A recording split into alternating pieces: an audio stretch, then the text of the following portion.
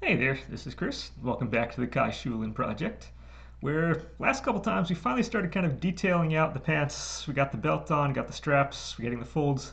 Starting to look good, we're adding the real details. And this time, for this session, I have a very special guest here who's going to help demonstrate how the technology and techniques I used to make the shield on our original Legend of Zelda here are also going to be used just the same to make, say, the knee pads that Kai is going to be using, well, in her model. So hold on tight. Let me go get my setup here actually set up, and we will begin. Whoop. Do our usual kind of turn things around. So as you can imagine, if I'm highlighting my link over here, this was my Legend of Zelda 1 that's done a couple years ago, and he's actually already been highlighted in the very first intro session. If you haven't seen that, maybe check that one out. But as you can imagine, I'm highlighting the shield. The shield is not actually a solid piece of clay because it has to hold itself. It has to be structural. It's holding the boomerang. It's actually being attached by the hand. There is structure inside this to keep it solid. So what we're going to do, or how that plays itself out in this, is I have a wire that effectively runs around the outside edge. I had a couple wires that come in. I then covered that with a layer of tape so it's a solid piece around. Added a craggy ton of glue over everything, and then bam, attach the clay onto that, attach the clay on the other side, and then from there that gives a solid structure from which we can start adding, say, the details. We can put then the rim around the outside, we can put the cross or whatever in here. With a solid structure in place, we can actually start detailing out. So we're going to employ this, only it's going to be at a much, much smaller scale. But we can do the same thing with Kai over here on the knee pads. And I'm going to attempt to do this as well as I can on camera. But again, we're going to try to keep this as expedient as possible.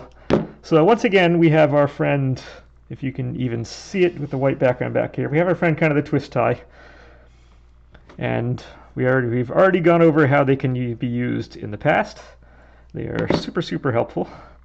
And we're going to make ourselves an exterior form of this, which is about, when I did ran kind of the numbers before, it's about a ½ inch wide by about, or ½ inch wide on her by about 3/4 of an inch down, which if I'm going off of this, I'm just kind of eyeballing it right now. That's a teeny bit small. Let's go and make this a little bigger. Would be nice to get this right, because if this is right, I can actually use this in the final. If not, then, well, it's just going to be what it's going to be. So I have myself a nice little kind of nifty-difty square going on here. Let's go and wrap this end around so it kind of has something to attach to.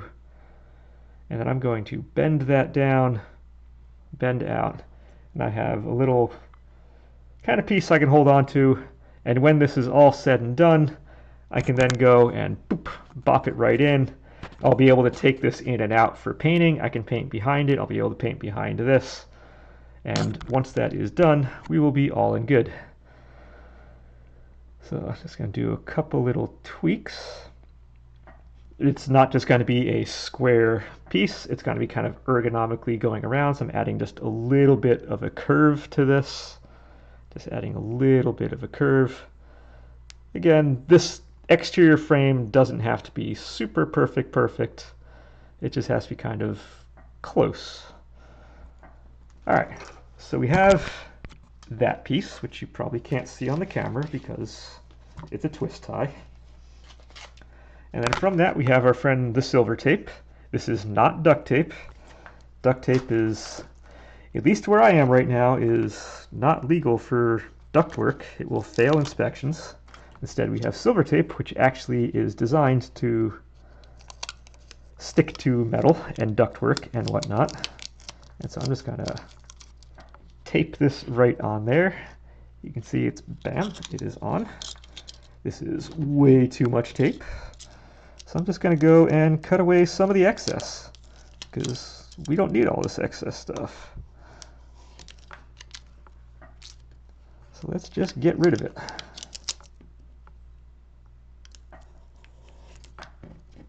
Doop-a-doop-a-doop. Oh, this stuff is super, super sticky, even for things that aren't metal, like my fingers. So,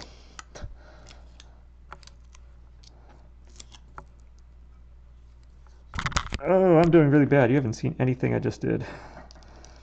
This is one of those shorter videos too, where I'm supposed to be actually highlighting the stuff I want to do. Okay, so we have just a little bit beyond what we actually need. And so from there, we can just crimp the edges.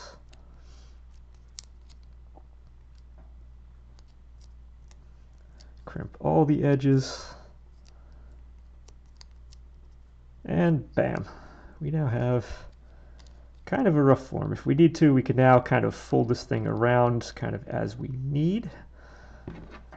If we want to take a little more off the corners, I can just go and chamfer the edge a little bit, get some of this rough excess off, because we don't need things sticking out through the clay once we get the clay on here. So it's either refold it down or just kind of cut off any kind of sharp edges or things that are coming out kind of badly.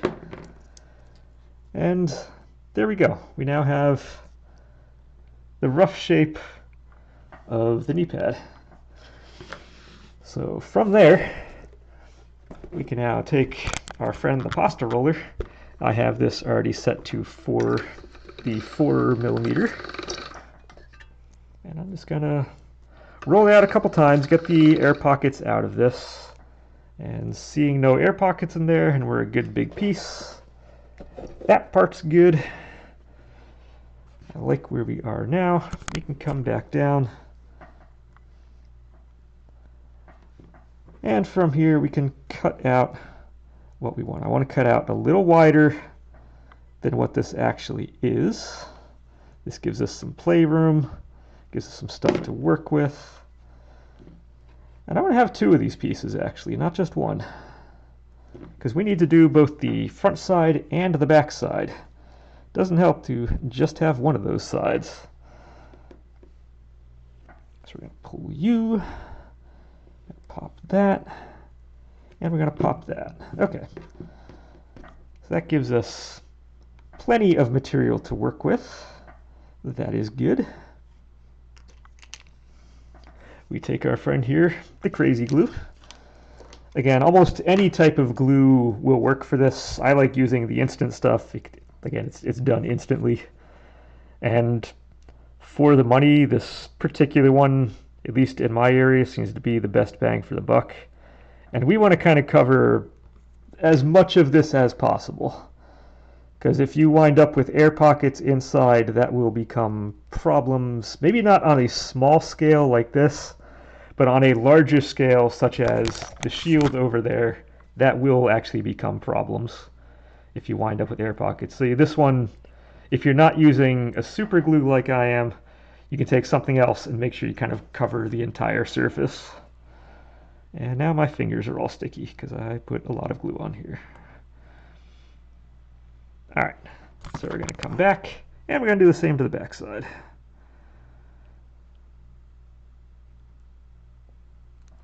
All right, so that's a lot of glue there. Take this guy. I forgot we need to rip a little piece right there to kind of go around the wire. Would be kind of helpful. And let's go and close this back up before it hardens out. Would kind of like to keep this glue going for future applications. Would be nice.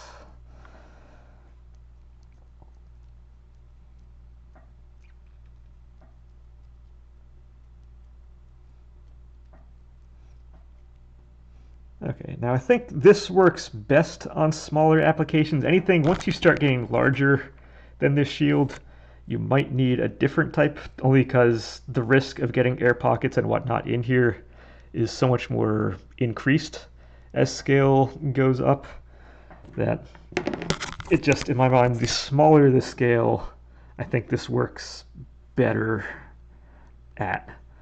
So now we can take that, we can kind of shave off some of this excess that we had.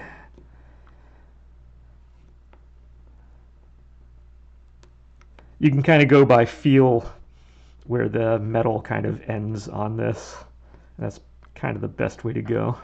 And if you cut too much at this point now, you can always add more if too much is cut, because now we have a strong backing on here that we can kind of go off of.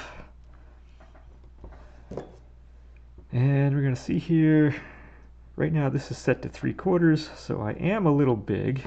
So the other way we can find out where the ends are is we can just fold over. And we can fold over.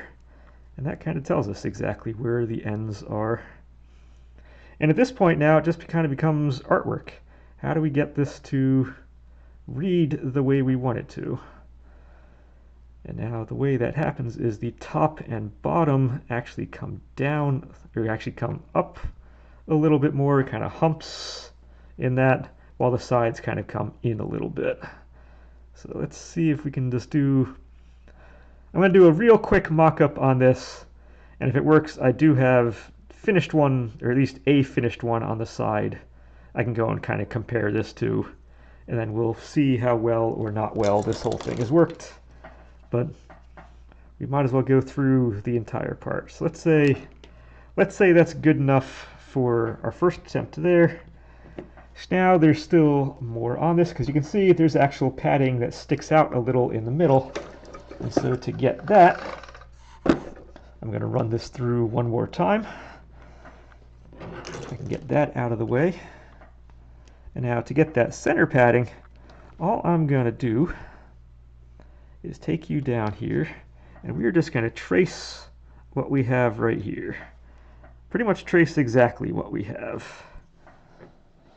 And we will alter that as we go, but this gives us a place to start.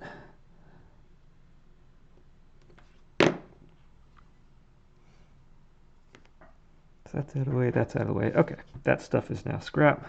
That's sticking to my fingers because of the glue.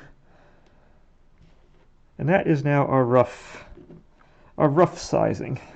So from this, if we want to do a center padding, I'm going to take some off the top. I can take some off of the bottom. Get off the bottom. There we go. Sometimes it wants to cooperate, sometimes it doesn't. We take some off the side, and we take some off the other side. So now with that, we can add you. Whoop, come on. My fingers are 100% in the wrong place. So now with a smaller piece, we can stick that in the middle. And now we're going to have our indented, or our kind of, our upper part going over here. Let's kind of push it in just a little bit. Kind of round off the edge just a little bit. Again, I'm going really fast on this. This isn't the neatest job in the world. But the idea is just to give you an idea of if you're going to do your own type, this is just a technique you can use. You can be much more neat about it on your own model. So we're going a little quick because okay, so we have that. Again, we're going to smooth down just a little bit, smooth down just a little. And we have that there. Then from that, this has two lines. We have one line comes down, one line comes down. You can kind of see that on camera. Once again, we chamfer the edge just a little bit. Twist you around, because I'm right-handed, and I'm not going to have the same quality going with my left hand. And that kind of gives a rough approximation. I think either the camera's shadow or my shadow or something is causing issues. That kind of gives ourselves the rough approximation of getting this. Again, this can all be, we can detail this a little bit more. We can make it a lot neater, this, that, and the other. But as an example, this kind of gets us where we need to go. But yeah, that then kind of becomes our knee pad, at which point then we can take the back side off here, should be, let's do something like this. Take the excess off. So now we still have a little bit of that coming out the back. You can see the camera's a little blurry, but you can kind of see that. So that when we come back to the model, we can stick it on. What we can do is pop that in there. And now when we go into hardening, we can pull this in and out, and that can just be a temporary piece. We can, even after hardening, we can pull this out. We can paint this separate. The hole is really, really small, so it's not even in your face if we don't actually use this piece. But that gives us the technique we're going to be using to make the knee pad there. So just as a real quick recap, what we start out with is we have our three. We start at the wireframe. We then go cardboard tape. This gives us the structure to work off of. And then from that, we can do whatever kind of detailing we want. We now have a solid base. We can push on. We can do this, that, and the other. And that gives us where we want to go. So that's how the knee pads here are going to be done. So next time we come back, I will actually have these two officially made up nice, done, and in. And next time, I think we're finally going to move on to the patterning. So I was thinking of having two shorter sessions being done today. I think what we're going to do instead is we're just going to keep this shorter one for today. That's going to be it here. Next time, which will be Saturday, we'll go do the pattern stuff. We'll go over that. And then I'll do a lot of little touch-up things off camera, kind of get this thing looking nice. And I'll have a special Sunday session where we're going to go into the hardening stuff. And we're going to show how we harden everything and get that going and done and be good. And then starting next week, we'll go and start on the upper body of the shirt and get moving up from here. But that's our game plan. That's how this is done. And yeah, I will see you guys next time. So until then, enjoy.